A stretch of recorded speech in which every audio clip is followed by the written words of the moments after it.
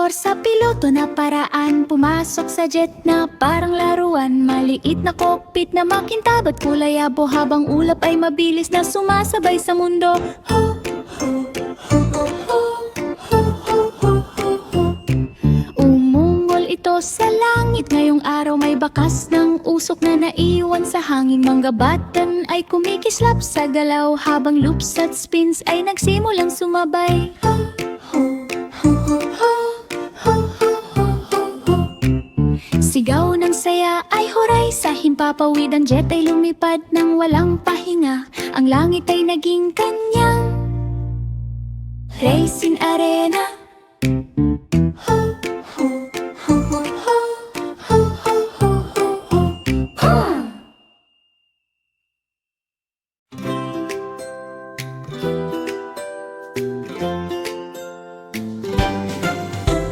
Isang matabang panda sa gubat na luntian. May bambugon na hawak ng mainggan. Makulay ang paligid, puno ng buhay.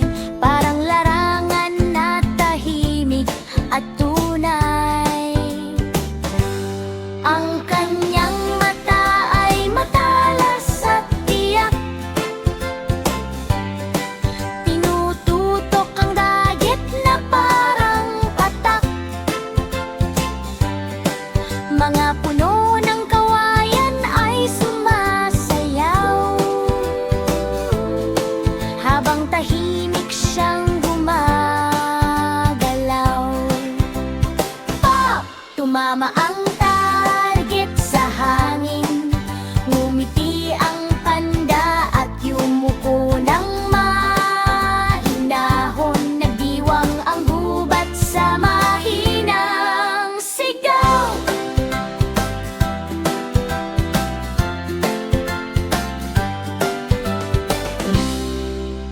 Isang matabang panda sa gubat na luntian.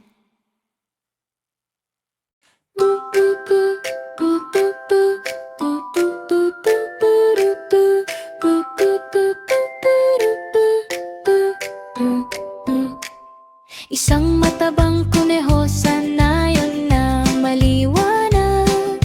May sombrerong mahiwaga sa kanyang harap. Pinapasok niya ang maliit na paa, at may lumabas na mahiwagang dala. Biglang lumundag ang isang matsihan. May kumikinang na mahika sa paligid. Nagtaka ang lahat sa biglang eksena.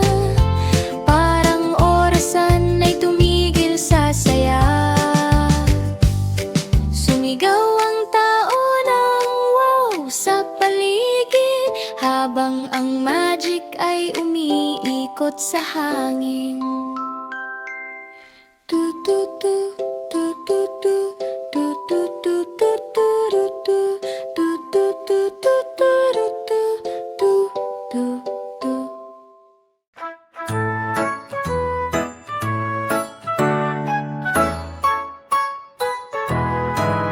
Tatlong unicorn na cute at masaya, nakasakay sa bus sa luntiang lupa. Makulay na nayon ang kanilang tanaw, parang candy ang ulap sa kanilang harap.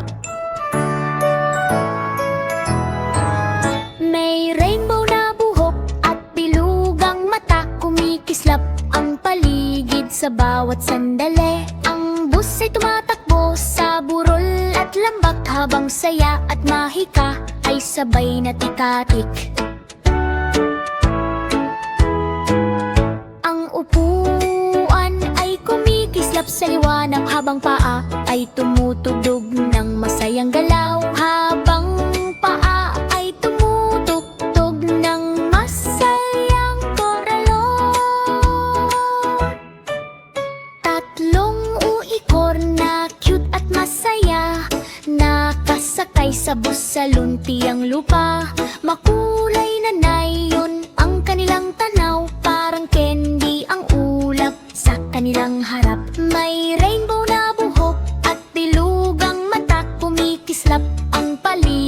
sa bawat sandali. Ang bus ay tumatakbo sa burol at langbak, habang saya at mahika ay sabay na tikatak. Ang upuan ay kumikislap sa liwanag, habang paa ay tumutugtog ng masayang galaw. Habang paa ay tumutugtog ng masayang galaw.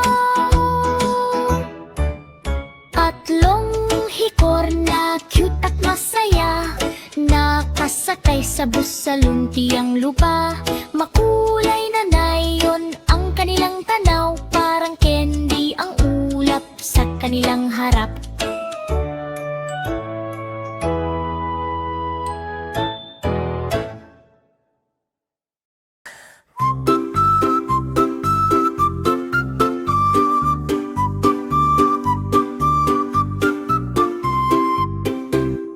Isang kuneho na magsasaka sa lintiang bukid, may malambot na paa at ngiting maliwanag. Nagtanim siya ng karot sa makukulay na hanay, kung saan na yon ay lumalaki ng sabay-sabay.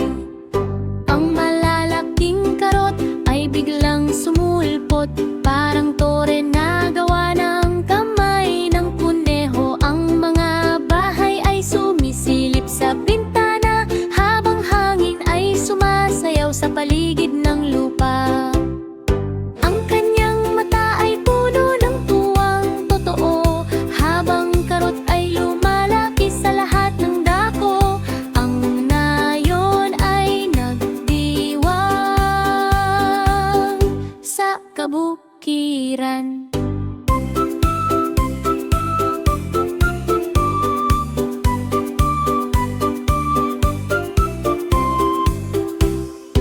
Ising neho na magsasaka sa luntiang bukid, may malambot na paa at ngiting maliwanag. Nagtanim siya ng karot sa makukulay na hanay, kung saan na yon ay lumalaki ng sabay-sabay.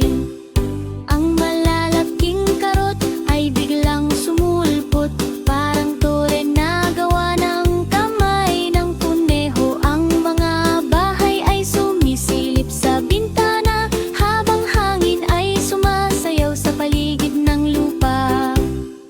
Ang kanyang mata ay puno ng tuwang totoo, habang karot ay lumalaki sa lahat ng dako.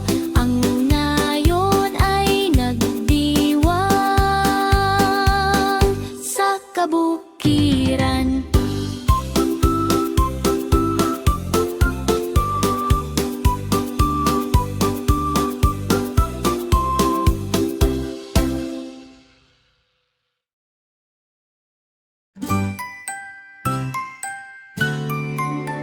Si Piglet ay kumuha ng pintura sa kamalig, makukulay na kulay ang kanyang handang dalhin. Tiningnan niya si Cow at hello ang sinabi, sa maputik na bukid na may hanging malamig. Isinawsaw ang brush sa bahagharing ningning, dahan-dahang iginuhit ang ganda ng larawan. Si Cow ay nakatayo, tahimik at matiising, habang kulay ay sumasayaw sa paligid ng taniman. Kumislap ang canvas sa gintong liwanag, ngumiti si Piglet na puno ng gala. Magkaibigan magpakailanman, tunay na wagas.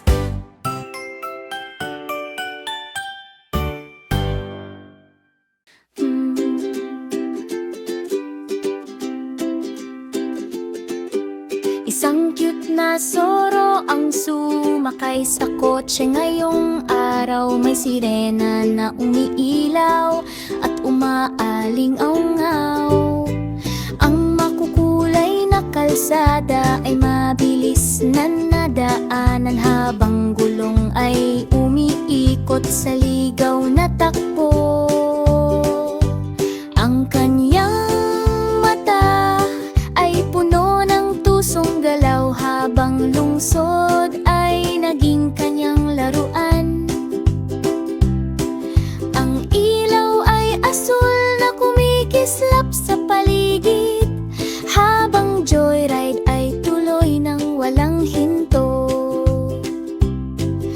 mga pulis ay nakatingin na nagulat, at ang soro ay nawala kanilang sigaw. Ang masayang biyahe ay nagtapos sa saya. La la la la la la la la la la la la la la la la la.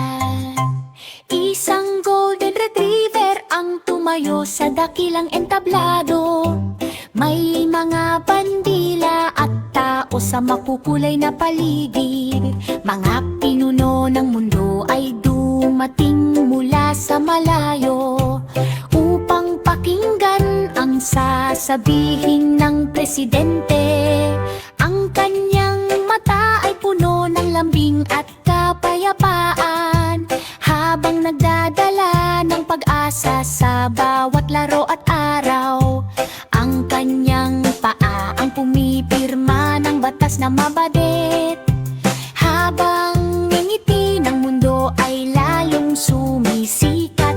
Ang mga wolf na talumpati ay gumabay sa lahat, habang pag-ibig at pag-asa ay sabay na lumaganap. Ang mundo ay naging masaya sa araw ng retriever. La la la la la la la la la la la la la la la la la la la.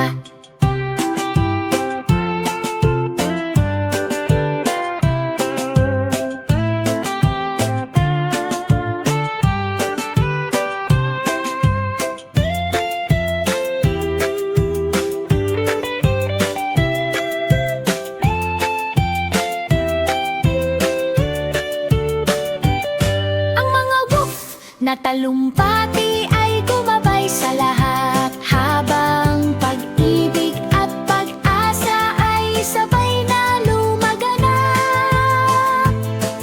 Ang mundo ay naging masaya sa araw ng retriever. La la la la la la la la la la la la la la la la la la la. Ang cute na diwata ay nakakita ng kumikinang ng na-cake. Siya ay tumawa ng malakas at bahagyang yumanig. Ipinapagaspas niya ang pakpak habang dahan-dahang nagbe-bake. Ngumiti siya at sinubukang gumawa ng cake. Sa hardin sa tabi ng kumikislap na lawag, ginising niya ang mga bubuyog mula sa mahimbing na tulog. Sinubukan niyang kumuha pa ng isa pang cake, ngunit ang frosting ay natunaw na parang cake. Isang maliit na spark ang lumitaw, isang ahas. Siya ay tumawa at nagbahagi ng malaking cake. Isang cupcake, feast na hindi matitinag. Ang batang elepante ay tumakbo sa apoy. May hose na malakas at kulong na bakal. Umakyat siya ng mataas at lalo pang umangat, habang apoy ay sumiklab sa paligid ng bayan. Pinatay niya ang apoy gamit ang lakas, habang tao ay sumisigaw ng saya at galak. Ang kanyang trunk ay gumagalaw na parang hose, habang tubig ay tumatama sa naglalagablab. Pinalamig niya ang apoy na nag-aalab, isang bayani na hindi kailanman umatras. Wala nang apoy, tahimik na ang lugar. Ang batang kambing ay nagsimulang maglaro. Ang batang kambing ay nagsimulang maglaro. May maliliit na tools na parang doktor. Tinang niya ang laruan ng maigi, at sinabi niyang aayusin kita ng maayos. Tinahi niya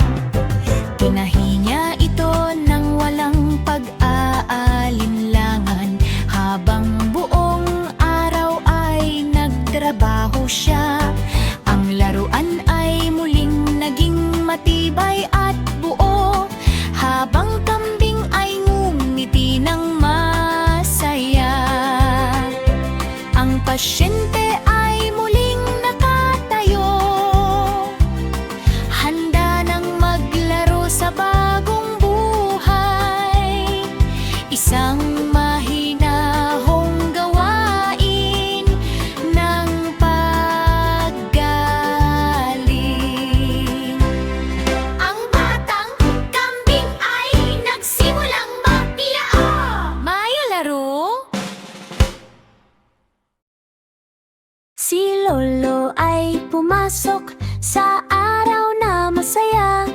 May funky music na sumasabay sa saya.